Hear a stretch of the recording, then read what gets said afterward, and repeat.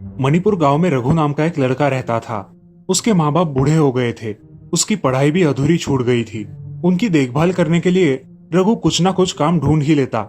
ऐसे ही काम ढूंढते ढूंढते एक दिन वो एक मेडिकल में गया। दादा, आपके यहाँ कोई काम करने के लिए चाहिए क्या?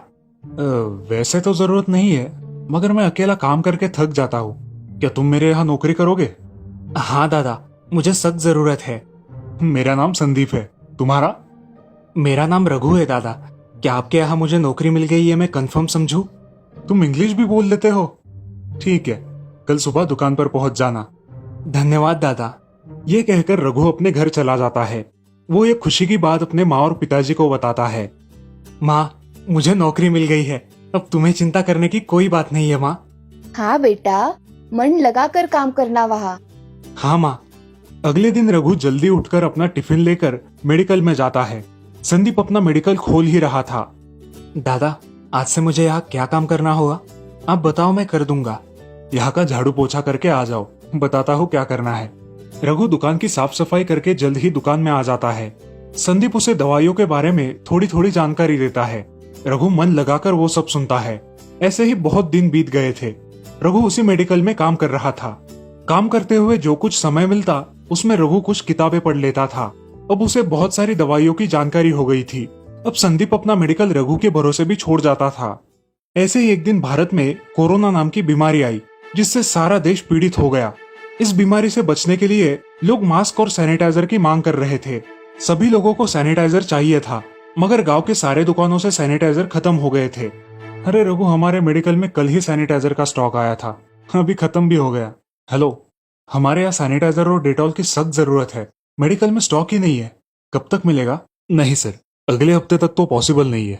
मैं जल्द ही देने की कोशिश करता हूँ। अरे रघु, क्या किया जाए? ये सैनिटाइजर और डेटॉल की डिलीवरी अगले हफ्ते आएगी, तब तक हम क्या करेंगे?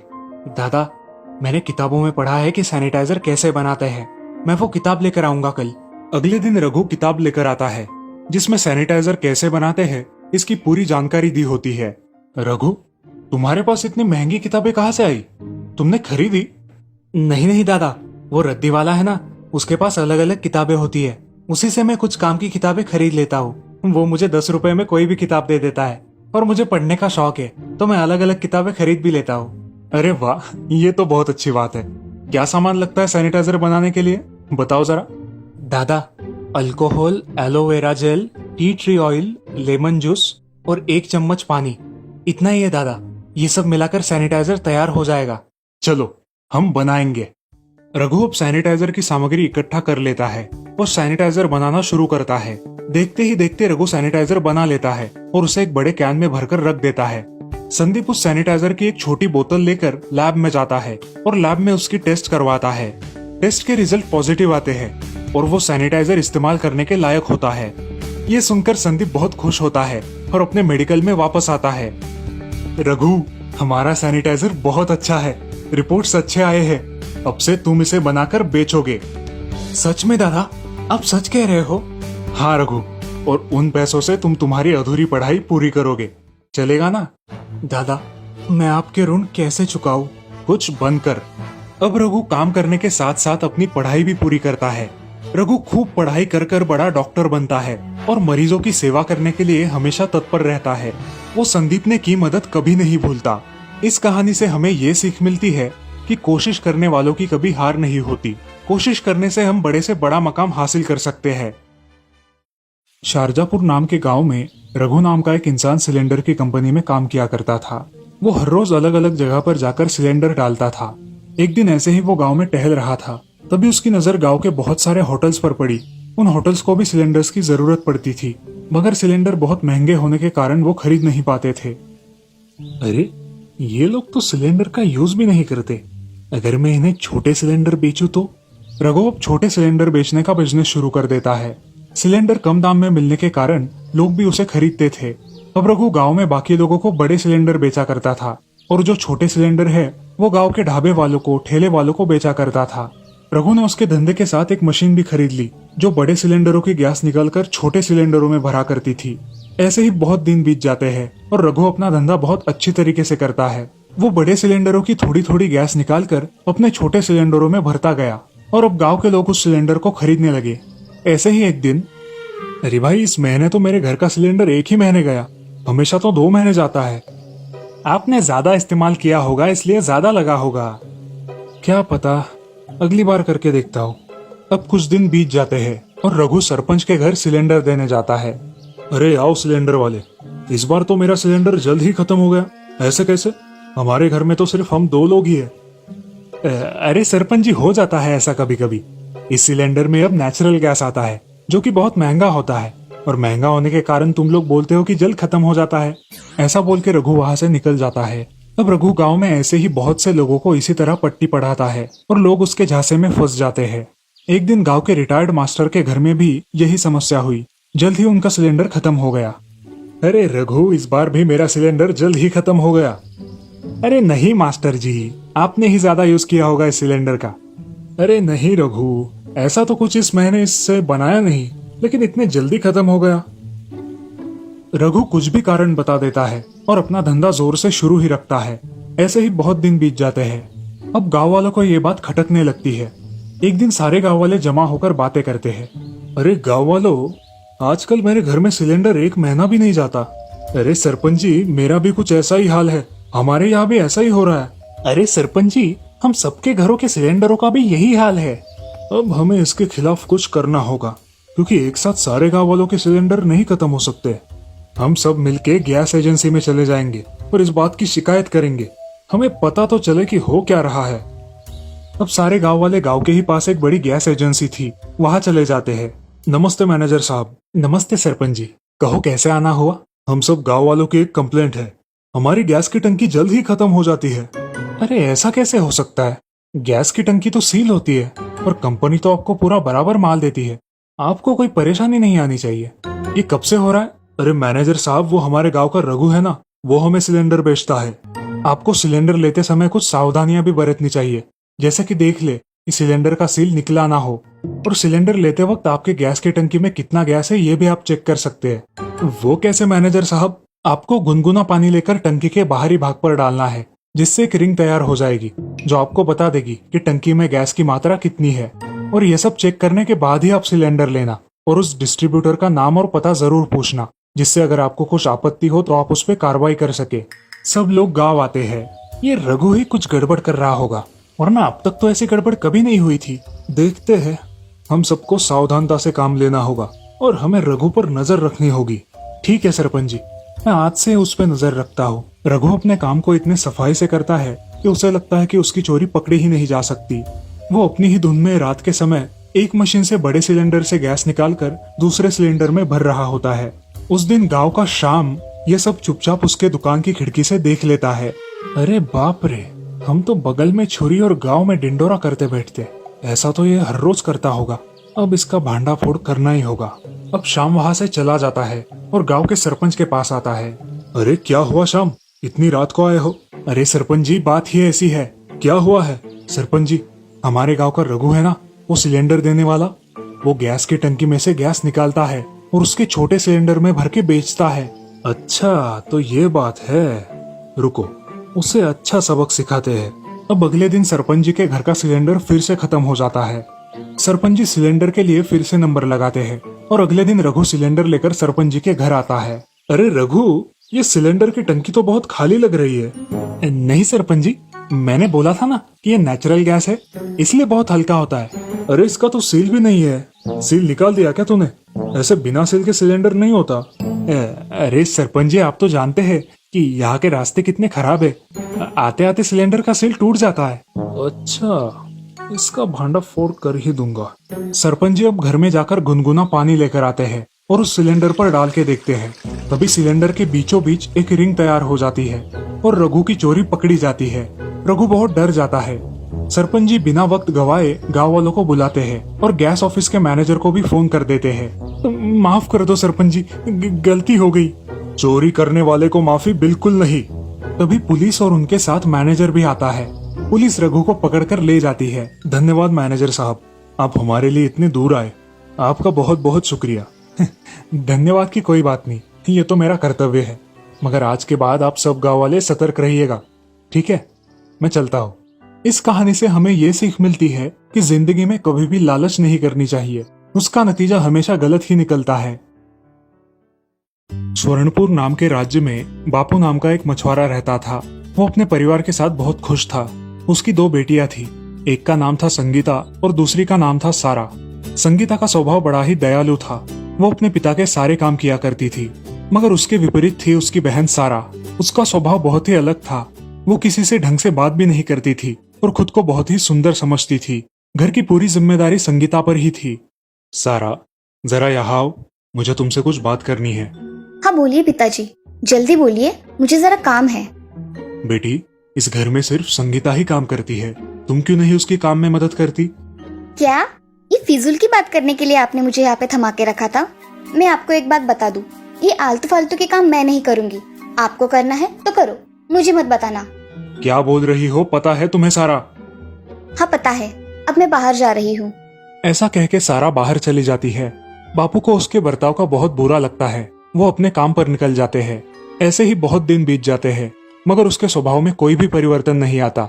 एक दिन उसके पिताजी बहुत बीमार हो जाते हैं और बिस्तर पकड़ लेते हैं। अब उनकी देखभाल संगीता ही करती है। बदकिस्मती से उसके पिताजी कुछ दिनों बाद गुजर जाते हैं। अब उनके घर में कमाई का कोई जरिया नहीं रहता। संगीता और सारा के खाने के भी लाले पड़ते हैं, लेकिन अब संगीता अपना दुख छोड़कर बाजार में अपने पिताजी का कारोबार चलाने लगती है। संगीता खुद ही मछली तालाब से पकड़कर लाती और बाजार में बेचा करती थी, लेकिन इस काम के बारे में उसे ज्यादा कुछ पता ना होने के कारण उसे बहुत परेशानी हो रही थी। लेकिन फिर भी वो बहुत मेहनत किया करती थी। उन दोनों का घर का गुजारा होना बहुत मुश्किल हो रहा था। ऐसे ही एक दिन संगीता ने सारा से कहा, अरे सारा, मुझे ये मछली पकड़ने के काम में तुम्हारी मदद लगेगी। मुझे अकेले से नहीं हो पाएगा, क्या तुम मेरी मदद करोगी? मैंने तुम्हें कितनी बार बताया है, मुझे काम मत बताया करो। मैं तुम्हारा कोई भी काम नहीं करूंगी, तुम्हें करना है तो करो। अगर ऐसा ही रहा तो मैं क्या करूंगी? मुझे अकेले से नहीं हो पाएगा ये सब, मैं क्या करूं? ऐसा कह के संगीता बहुत उदास हो जाती है और रोने लगती है। ये सारे लोग ऐसा समझते हैं कि मेरा जन्म काम करने के लिए हुआ है, मगर मुझे तो कोई राजकुमार लेके जाएगा और तब यही लोग मेरे हाथ पांव जोड़ेंगे। ऐसा कह के सारा अपनी खूबसूरती निहारती रहती है और खुद को बहुत महान समझने लगती है। ऐसे ही एक दिन संगीता मछलियां पकड़ने के लिए तालाब पर जाती है। बारिश होने के कारण संगीता तालाब पर जाते जाते भीग जाती है और अब ठंडी के कारण मछलियां पकड़ने में सक्षम नहीं होती। जैसे तैसे वो थोड़ी बहुत मछलियां पकड़कर उन्हें गांव में जाकर बेचती है। मछलियां बेचकर वो घर चली जाती है। उसे तेज बुखार चढ़ जाता है और वो लेट जाती है। तबीयत ठीक न होने के कारण वो खाना नहीं बना पाती। तभी सारा उसके पास आती है और बोलती है, ए संगीता, आज क्या हुआ है तुम्हें? खाना क्यों नहीं बनाया तुमने? सारा, मुझे ठीक नहीं लग रहा, इसीलिए मैंने खाना नहीं बनाया। आज के दिन तुम ही खाना बना दो। तुम क्या मुझे मूर्ख समझती हो? मैं खाना वाना नहीं बनाऊंगी।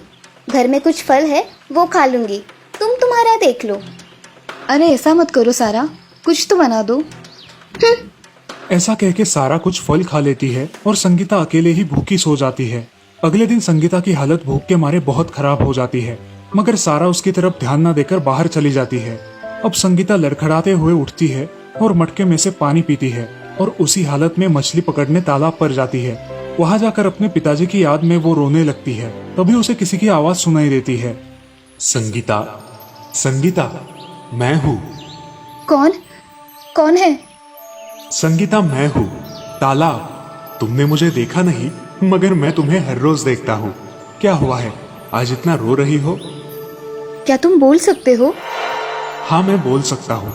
मैं एक जादुई तालाब हूँ। क्या करूँ तालाब, ये गरीबी और मेरे बहन के स्वभाव के कारण मैं उब गई हूँ।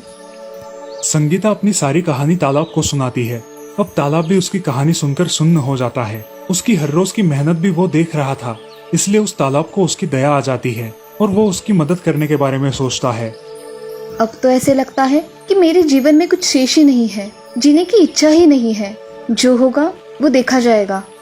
संगीता, इस पानी को हाथ में लेकर तुम्हें जो चाहिए वो मांग लो, तुम्हें सब मिल जाएगा। हे जादुई तालाब, मुझे और मेरी बहन के लिए साल भर का अनाज चाहिए। क्या तुम मेरी ये इच्छा पूरी कर सकते हो? संगीता, तुम्हारी ये इच्छा पूरी हो गई है। तुम्हारे घर पे साल भर का अनाज पहुंच गया है। अब तुम्हें और क्या चाहिए संगीता? मुझे और कुछ नहीं चाहिए जादुई तालाब। तुम हर रोज सिर्फ मुझसे ऐसे ही बातें किया करना जिससे मुझे दोस्त मिल जाएगा अपना सुख दुख बांटने के लिए। ठीक है संगीता। अब संगीता घर चली जाती है और देखती है तो उनके घर में ढेर सारा अनाज होता है। अनाज देखकर संगीता बहुत खुश हो जाती है और उस अनाज से कुछ खाना बना के खा लेती है। तभी सारा घर आती है। संगीता, ये सारा अनाज कहाँ से लाया है तुमने? जमा किए हुए पैसों से लेके आई हो क्या?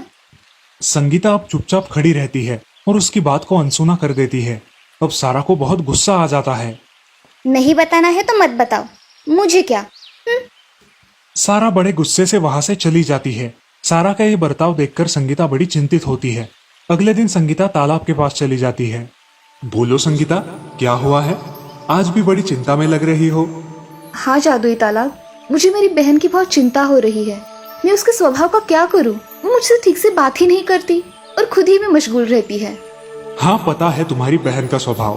तुम ऐसा करो, तुम उससे झगड़ा करके अलग घर में रहने के लिए जाओ, जिससे उसे तुम्हारी कीमत पता चले। मगर मेरे पास दूसरा घर नहीं है जिसमें मैं जाके रह सकूं।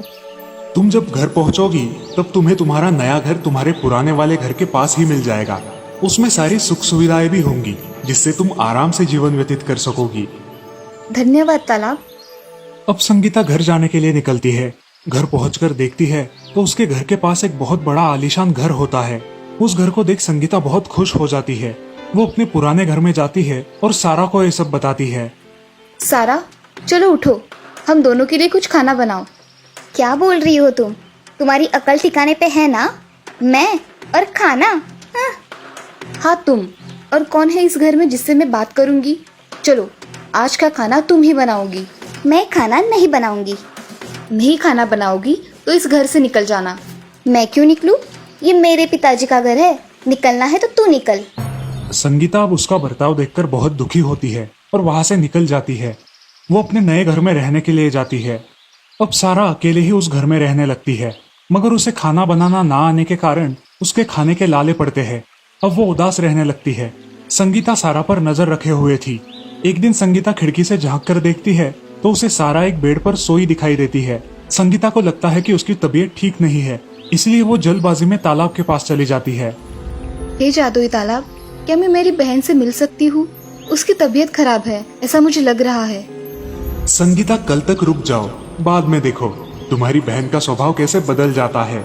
ठीक है तालाब, तुम मेरे सच्चे दोस्त हो, जो कठिन परिस्थितियों में भी मेरे साथ हो।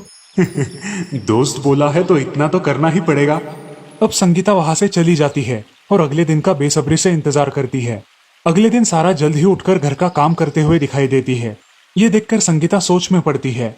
ऐसा कैसे हुआ? संगीता अपने बगीचे में टहलने जाती है। अचानक उसे देख सारा भागती हुई आती है और संगीता, मुझे माफ कर दो।